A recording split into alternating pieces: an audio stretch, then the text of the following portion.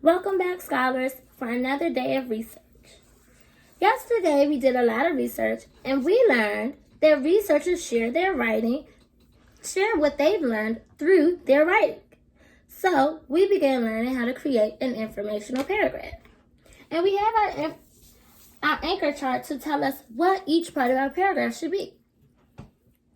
Our learning target today is that I can contribute to the second detailed sentences and the conclusion in a piece of shared writing. Remember, contribute means to give something. So you're going to give information and I'm going to give information for our piece of shared writing. We're all going to contribute together. Today we're going to add another 1 or 2 sentences for a detailed sentence and our conclusion sentence to wrap everything up. Remember, our detailed sentences and our conclusion help the reader understand our focus statement. So let's take a look at our focus statement from yesterday.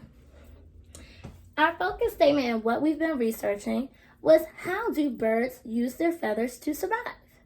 So our topic sentence is birds' feathers help them survive in many ways. We've learned now how birds use their feathers to survive, and we're going to tell our reader about it. So our first sentence says what we're going to be telling our reader. How birds' feathers help them to survive. Now, our first detail that I came up with says some birds have thick feathers. But I didn't stop there because remember our first detail can be 1 or 2 good sentences.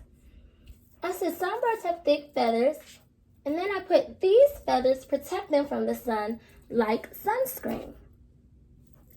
That's how the bird is using their feathers and how it's helping them to survive. Today, we're going to work together to figure out a second detailed sentence or 2, and then our conclusion sentence to wrap everything up. Now, we created our feathers, our class note anchor chart together, and we said we put all of these adjectives, and we told what all of these feathers do, and gave examples of the birds. Now we're going to use this to pick what bird we would like to talk about for our second detail. Now, our first bird is about one of the birds in the book that feathers protects it from sun, called a red-tailed hawk. They have thick feathers that protects from sun. That's what we put on our chart. What bird do you think we know a lot about that we could add a second detail for?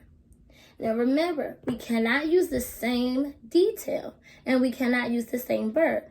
We want to give our reader lots of information about birds and how they use their feathers.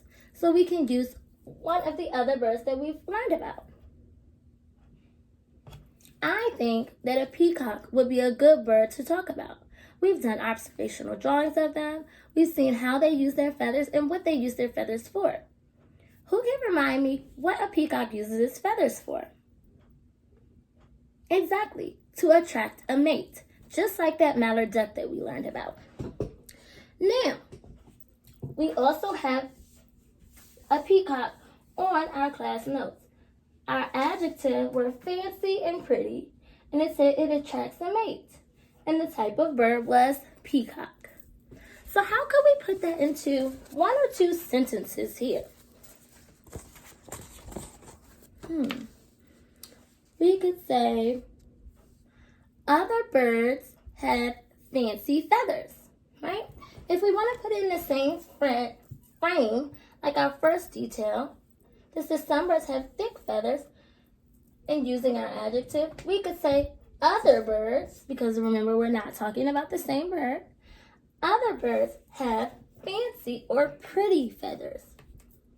But we can't stop there. What could our second sentence say about these feathers? Right, we could tell what the feathers do for the bird. So we would say, other birds have fancy feathers. These feathers help them attract a mate. That's simply telling us what the peacock's feathers look like, what they do for them, and how they help them survive in 2 simple sentences. I like that. I'm going to add that to our anchor chart, and then we're going to think about a conclusion sentence. Now remember, our conclusion sentence has to wrap up our paragraph. We can't just leave it talking about the peacock and his feathers. How could we say our focus statement again, but in a different way to let our reader know that we're done and this is the information that we've gathered? Yes, we could say, again, feathers protect birds from the sun and help them to attract a mate.